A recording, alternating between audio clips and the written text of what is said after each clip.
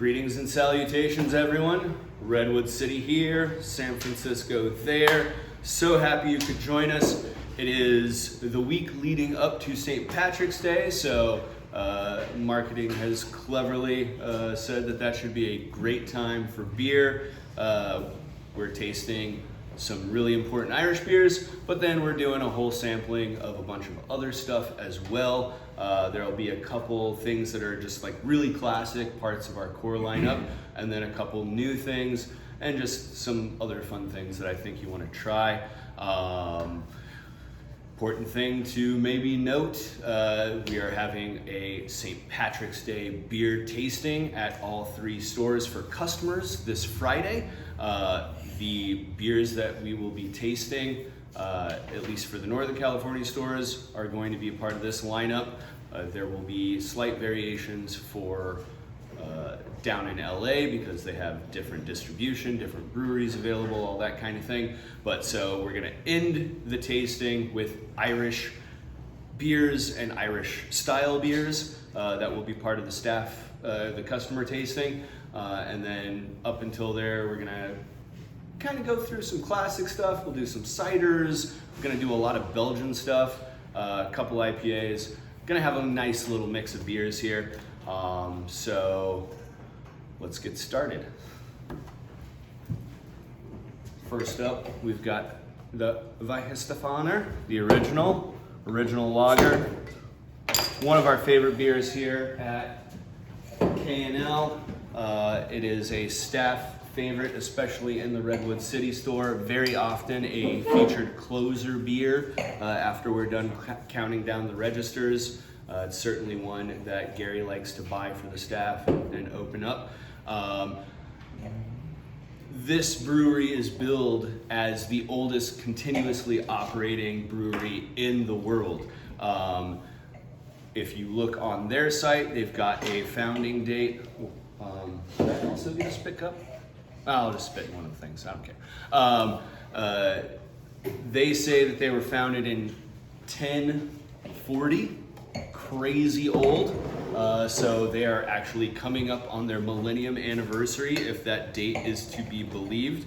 But there are also many other competing dates that historians and brewers debate over.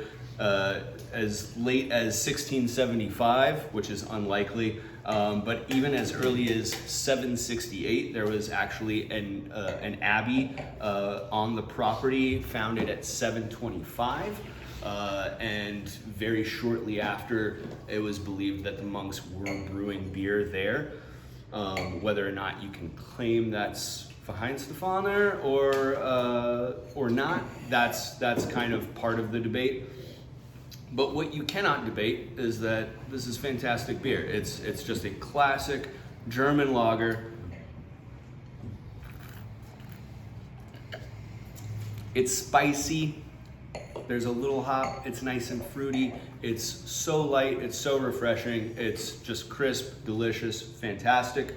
Throughout the brewery's history, it was plundered and sacked many times by various barbarians. But kept rising from the flames. I love this beer so much. I love this brewery. They have actually one of the most prestigious beer university programs going on. Lots of those of us who get into brewing beer start home brewing and just get internships at breweries. But if you want to learn from some of the best, this is like a place that brewers go from around the world. So people from the US, all around Europe, everywhere go to this brewery and their university to figure out how to brew beer because they've just been doing it so good for so long. What do we think of that one? Classic. So classic, so delicious, love it. Next we are moving on to Cooper's. Going down to Australia. This is their sparkling ale. Cooper's was founded in 1862 by Thomas Cooper. Very apt name for a brewer and someone in the brewing industry. It's still family and owned and operated. It's been going on for 6 generations now.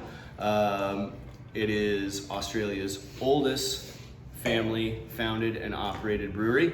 One of their big things that they kind of brought to Australia that hadn't been a thing up until that time is they do, they call it natural fermentation, but what they're really talking about is the secondary fermentation that goes on in the bottle.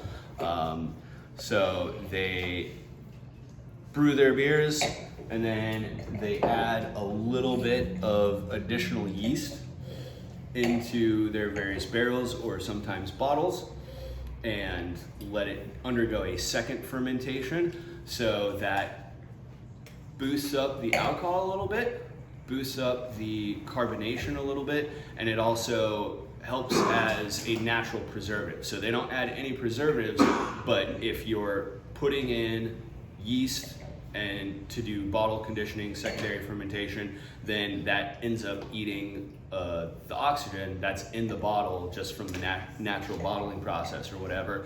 And so with that less oxygen contact, the beer is stable for longer. Oh man, love the Coopers. If you work in Redwood City, I'm sure you know our Australian friend who buys Coopers by the slab. They don't call it the case there, they call it by the slab.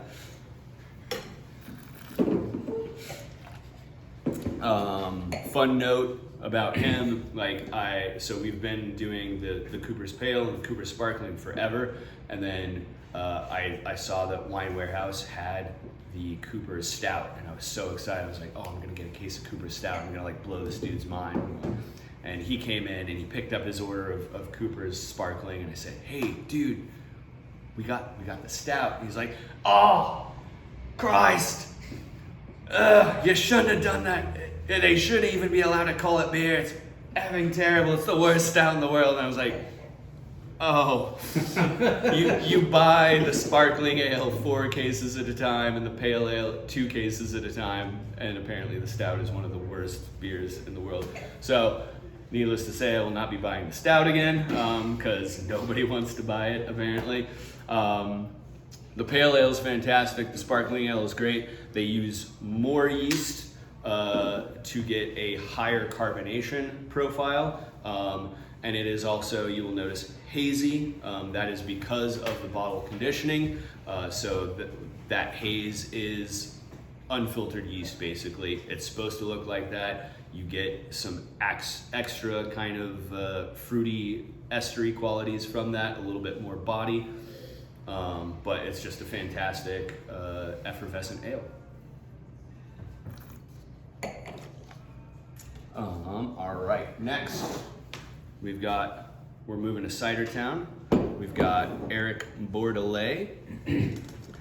This is a classic Normandy cider. It's actually from South Normandy. This is a big property. Eric Bordelais had been through various parts of the wine industry. I believe he's a master somm, but in '92 he decided to really go all in on cider. His family had owned property, and various parts of his family had been involved in cider making for generations, but what we now know as the Eric Bordelais cidery really started in 1992. There are various reports on how many hectares they have of orchards, but the most reliable number that I have is it's currently around 23 hectares, or at least that is the number of hectares that are certified organic, that are regularly used for his cider production. They practice biodynamics, though I'm not sure if they are certified biodynamic. They have dozens of types of apples, dozens of pear varietals as well, and then they also have a whole bunch of other fruits. They do cherries, they do all sorts of different stuff. Not most of the other fruits go into the cider making. It's pretty much just apple and pear, but dozens of apple varietals, dozens of pears.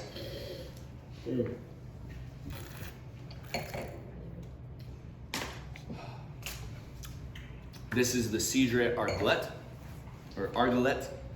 It is an off-dry apple cider. In this case, Argelette is not referencing a type of apple. It's actually talking about the geology of the region. So that is referencing a certain type of soil on the property. The orchards that Eric Bordelay's property is on is mostly schist, but then a lot of granite as well. Argelette is a specific type of red, crumbly schist. It's really brittle and just thinks that the apples that are on this type of soil produce a really great character. So any given year, he has as many apple varietals on those types of soil that are good fruit and mashes them together into this specific cuvee. So every year it's going to be a little bit different apple varietals, different slightly variations on sweetness, but it's always an off dry, and then it'll be slight variations on the ABV as well. Like it's always around 5%, but it does change vintage to vintage. So, but yeah, the Argelette, super beautiful. I love the Eric Bordelay ciders. They do everything from super bone dry to nicely sweet. Boop. I really like the sweetness level on this one. It's It's really offset pretty. by all that bitterness. Yeah, It's there's really nice. Really nice tart, and you get that, like it feels like apple skins. Like you Yeah. get that texture of biting into an apple, which I really love. We're gonna go slightly sweeter with this Very Juicy from Far West. This is more local to home. So they are coming out of San Joaquin Valley, or county, I should say. All the fruit is harvested in that county. They have their own family farm that I believe they're fourth generation farming there, but they also work with some other family owned. They don't buy stuff from big processors or big orchards or farmers or anything like that. They're just doing local fruit and doing it really well. They do some super dry varietals or ciders, and then they also do some sweeter stuff. They do all sorts of different other fruits incorporated into it. We've recently had one that has guava, all that kind of thing.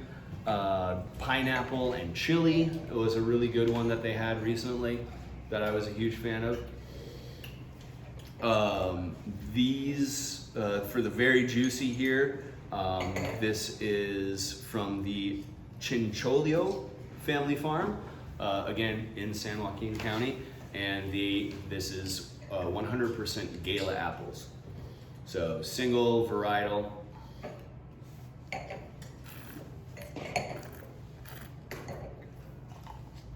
That's basically going to be your Martinelli's alternative. If someone really loves Martinelli's sparkling apple cider, but they actually want it to have booze in it, boom, go there. Little sweet, little tart, bright, refreshing. You just want to kind of keep going back for more. Next, we are going to San Francisco's Laughing Monk. Little Fumé there. That is Bayview Sunrise. It is their most current kettle sour. It's got mango and guava and lime. Yummy, yummy, super refreshing. I'm very thankful that they put it out in late February and early March because we need this as a dose of summer here, frankly. It is cold, it is gray, it is dreary, it is windy, it is rainy. we need that Bayview sunrise in our lives. It's named after the neighborhood that Laughing Monk is in. Laughing Monk got started, it was a bunch of California folks that grew up drinking Sierra Nevada and California IPAs, loving that style, and then they discovered Belgian beers. That's what their name Laughing Monk pays tribute to. They just did a deep dive, and so that's what they kind of decided to do. They were going to do West Coast beers, especially IPAs, and then they were going to do traditional Belgian styles. They have since branched out. This is a kettle sour.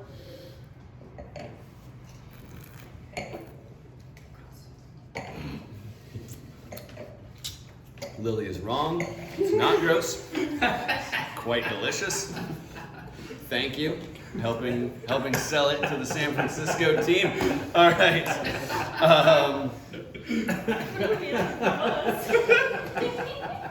You threw me under the bus. You said gross. I said it quietly to my Not quite enough. Anyway, so it's kettle sour. So this is the quicker way of doing a sour as opposed to barrel aging and using natural yeast that's just in the environment. They do it in a kettle. They do it in a little steel pot kind of thing situation, and they're also dosing it with lactobacillus to really get the process started. So that lets them get it going quicker. It lets them control the tartness level a lot more exactly, and they balance it out with the fruit character. Some folks will say it's not as good as the traditional method, but I would say either way can be done very well, either way can be done very badly, and I think Laughing Monk is one of the breweries that does it really well. Unless you talk to Lily, and she's not a fan. Not a fan. She doesn't like sours though, anyway. All right. Next, we're going with La Fin du Monde. French Canadian beer. French Canadian beer. It is Quebecois. You are correct. They got started in 1992. They really wanted to focus on Belgian style beers, especially Trappist style, so the kind traditionally brewed by a specific order of monks, but they really wanted to embrace that legacy, and they brought in a Belgian brewmaster to get them started. I don't know if he's still there. I think he is, but I can't guarantee that. One of the important things about this, so it is a tripel, so they're going for a higher sugar content at the initial phase of the fermentation and brewing process, and then extracting that more. So you're getting, you end up with a higher ABV, and you also end up with kind of more estery flavors. So the monks kind of traditionally brewed what they would consume for themselves, and that was counted as a single. They didn't call it that, but then they started upping the ante, and they called that a double, and then they upped it again, they called it a triple, and then there is a quad now, of course. And now that nomenclature has spread throughout the beer industry, so that's why we call double IPAs, or triples, or all those kind of things, imperial stouts. All that language comes from this Trappist tradition. Fin du Monde is a tripel.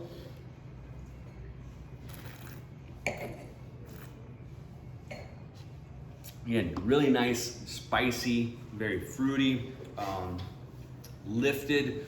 So even though it's high ABV, they're going with this kind of like blonde recipe, so it keeps everything light. And I think it's just a fantastic beer. This is one of my favorite beers. So this is one of the beers that that I tried in college when I was actually becoming an adult and learning what flavors I liked and stuff. And I was like, oh, beer's really cool. Like, beer can be complicated and delicious. This is a thing that I want to be into for the rest of my life. So I hope you love that as well. We're gonna keep going with Belgian style, but we're actually going to Belgium now. This is Guden Carolus. We have always carried this beer. We often carry their Christmas beer at Christmas. We don't do a lot of their other stuff because it's not always available to us, unfortunately. They do quite a variety of beers. This is from brewery Het Anker.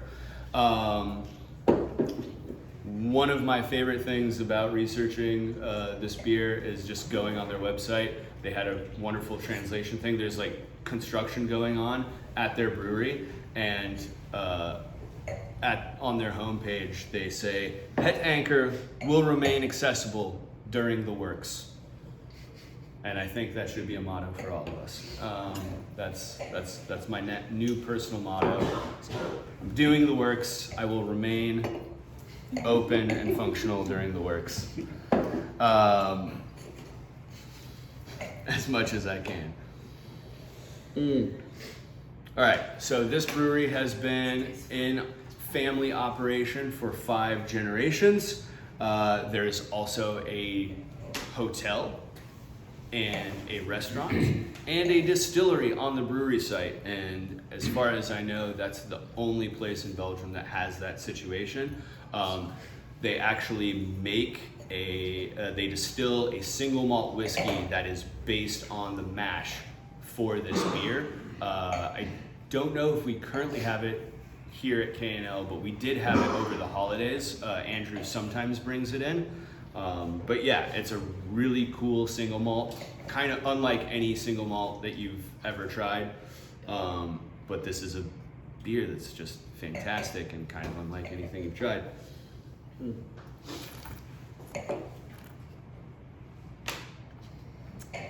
Oh, so yummy. You get like a lot of those tropical fruit notes, and then there's like this bitter tinge that comes in on the back end that I totally love. Let's move on to another Belgian, Quack, the duck beer.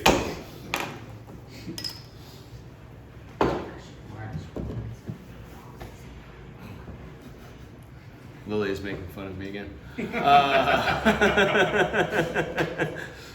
This is another brewery that is wonderfully still family owned and operated. They were founded in 1791, nice and old. The Bastilles, it's Brewery Bastilles, so the family name is still there and it's still family working there. This is another triple. They famously only made 3 beers up until 2019. Now they make 4. How focused is that? They're doing it fantastic. They just kind of decided what they were going to do and decided to do it fantastically, and that's their whole plan. It's rich. It's still a Tripel, a little heavier than the last one, a little richer, has some more caramely notes. This is technically an amber Tripel, so they're using darker roasted malts for this. And then supposedly this is a beer that they brewed for coachmen, and they have a specific glass that you can't actually set down. It's got like a little ball and then the flute, and so it has to hang, and they said it hangs like as you're riding your carriage. The carriage drivers couldn't get out and go to the bar like their patrons, so they would ring a bell, and then the person from the brewery would come out and hang the glass on their carriage. That's probably all BS. The glass was debuted really in the 80s. As far as I know, there's not really great historical document showing that the glass was a tradition before then. But this beer has been brewed since, the 1700s. So they've still got some provenance there, whether or not you want to believe the story about carriage drivers. All right, next I'm gonna punch Lily in the face with this one. Lily is not gonna like this. This is the Duchess de Bourgogne. Coming from Brewery Verhege, this is a Flemish red ale. So this brewery was founded in 1875. Maybe 1885. There are conflicting reports on that.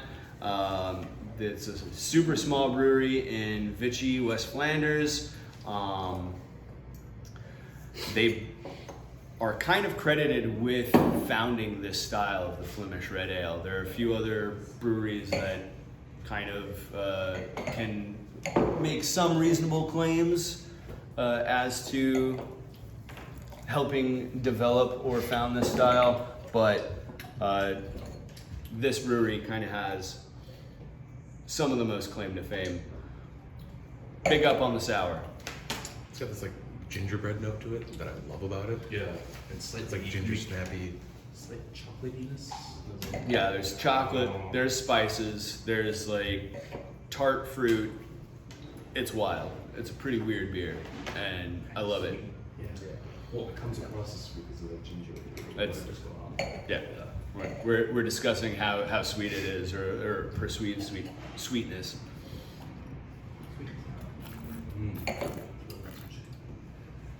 Sweet and sour, spiced. Yeah, nice Not at all. sweet and sour sauce there. If you have a chance to taste it on draft, please do, because it is kind of an eye-opening, life-changing experience. It's like that beautiful. How are we on time? We are terrible on time. We're gonna go. Sorry, everybody. All right, we're going to Original Pattern, Over Yonder IPA.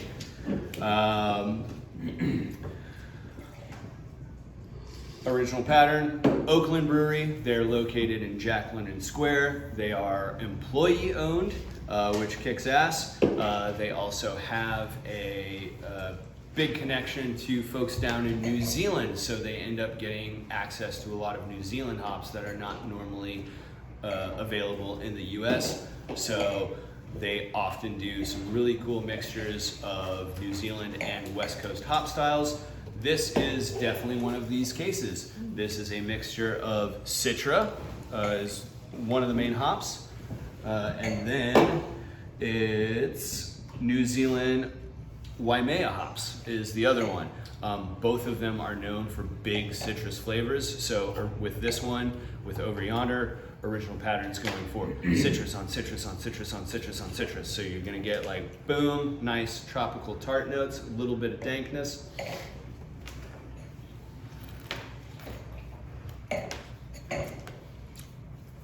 Good, clean, hopped, bitter finish.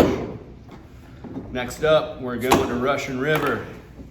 Impossible to overstate how important this brewery is to craft brewing in general, to California, to Northern California, to K&L.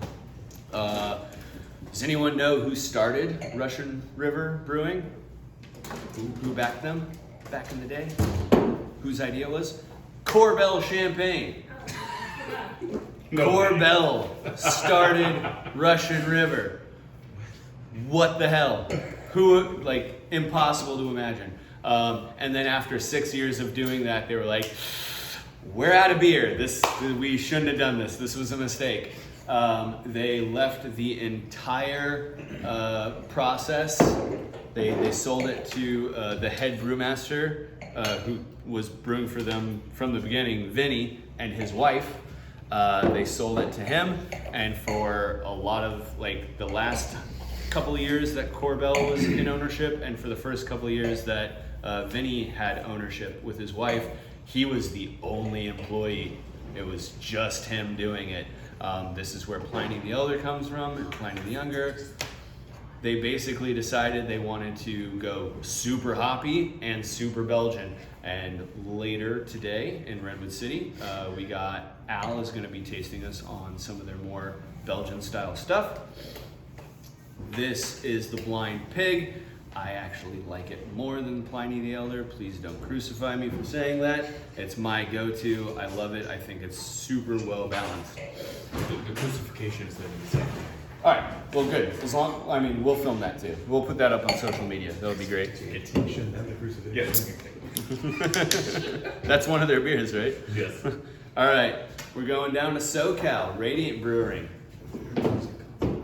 Our friend Gio, who was the beer buyer down in SoCal, is now repping for Radiant. So he used to buy the beer, now he sells us beer. Radiant's super cool brewery down in Anaheim.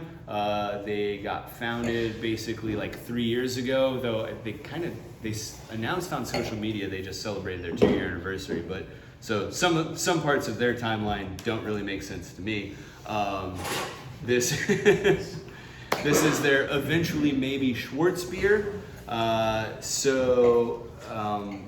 Schwartz beer is another name for a black lager. Kind of got its start in Bavaria and then expanded. So it's lager style. It is light in body, but they're doing extra roasting on the malts to get those deeper, darker, chocolatey coffee flavors.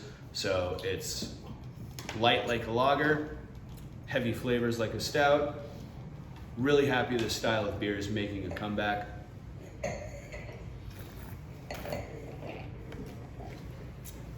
Love those. Oh my goodness. One of my favorites. All right. AleSmith Speedway Stout. Coming from the San Diego area. This is another SoCal brew. They're actually in specifically the Miramar neighborhood. Founded in 1995. They started with Belgian beers, but then expanded. The Speedway Stout is probably their most famous current thing in production. They actually do lots of different variations on it. They'll do like a coffee one, a vanilla one, a barrel-aged one. They've got a million variations on the Speedway Stout. It is an imperial stout. They're just going for huge flavor, big ABV. You end up getting a little more sweet on this one because of that imperial nature. So dark brown, barely any head, but what's there is velvet and caramel colored. Whoa, where are we at? Okay. It's a big beer. That is one for breakfast, my friends. Be careful. It does. As much as I don't like coffee, I love the way that has coffee flavors into it. I love that beer. Are we sure there's no coffee in it? There is not coffee in this one. They're using their malts. They've got. Oh, hold on. No, there's just no extra flavorings. They do a coffee version though that will like punch you. It says with coffee on the can. Does it? Son of a bee. All right, there you go. Well, okay. Imperial stout with coffee. Oh, well, maybe we grabbed the wrong one. Hi. All right, moving on to not mistakes. This is Pojala, the banger.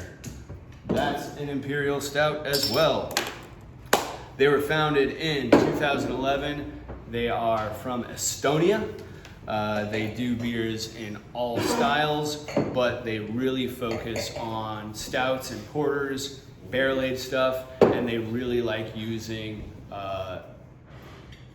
ingredients from Estonia, especially in the forests that are near the brewery.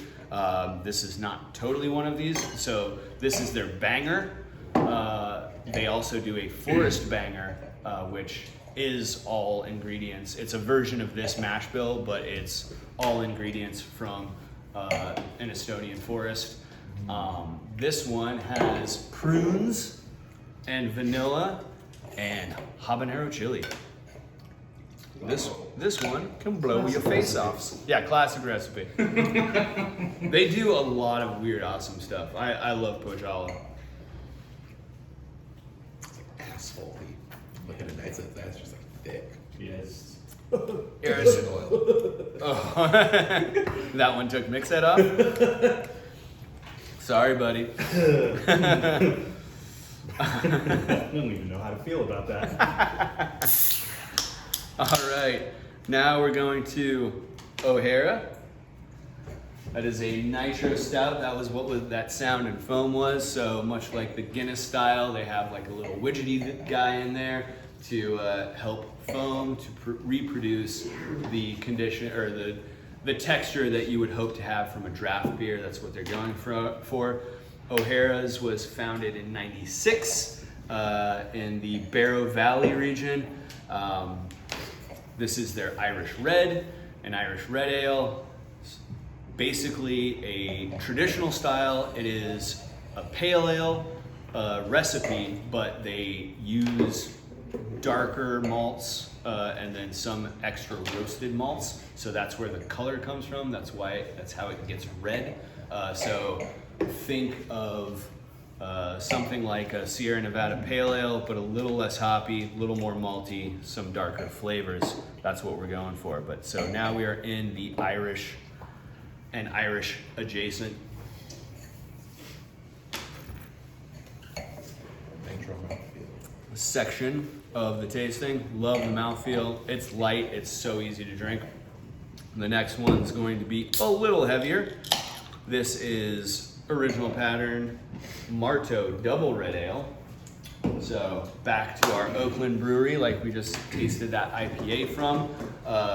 They, by Double Red, again, just like that double, triple, quad thing, they are upping the malts, upping the sugars going into the process, so that's creating higher ABV. They balance that out by adding some more hops. So you've got Simcoe and Chinook being added to this, so that's why it ends up being really nicely balanced actually. So it would come off much sweeter, but they're adding a little more hop bitterness. So it's bigger, badder, bolder, but still pretty darn tasty. Yeah, you can definitely smell the hops on that one.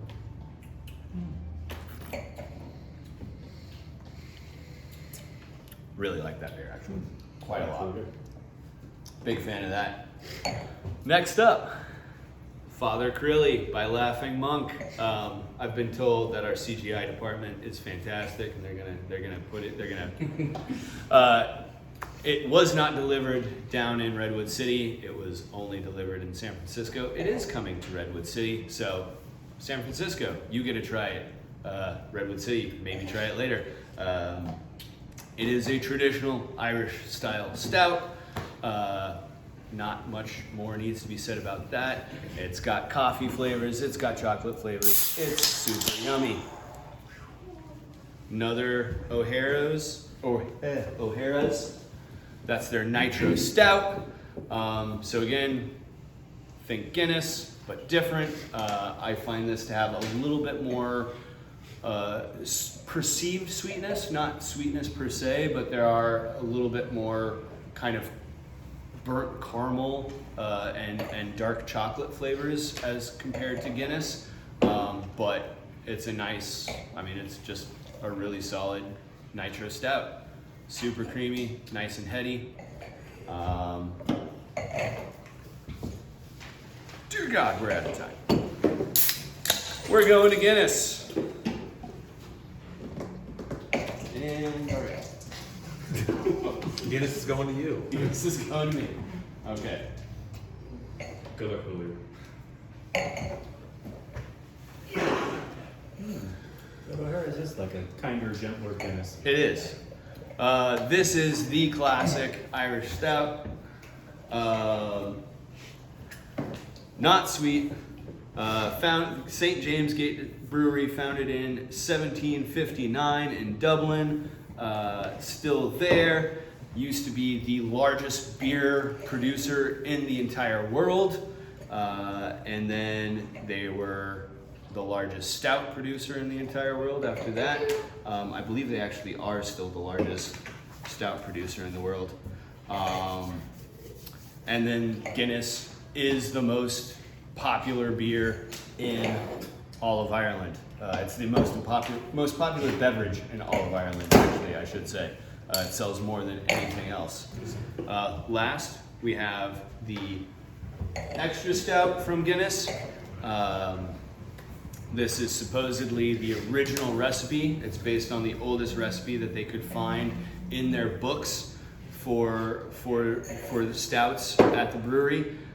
Dates back to 1821 is when they found the documentation for the recipe, and it's just a more intense version of Guinness, basically. It's thicker, it's darker, it's roastier, super yummy. Sorry that took way too long. Thank you for your time. Drink Irish beer.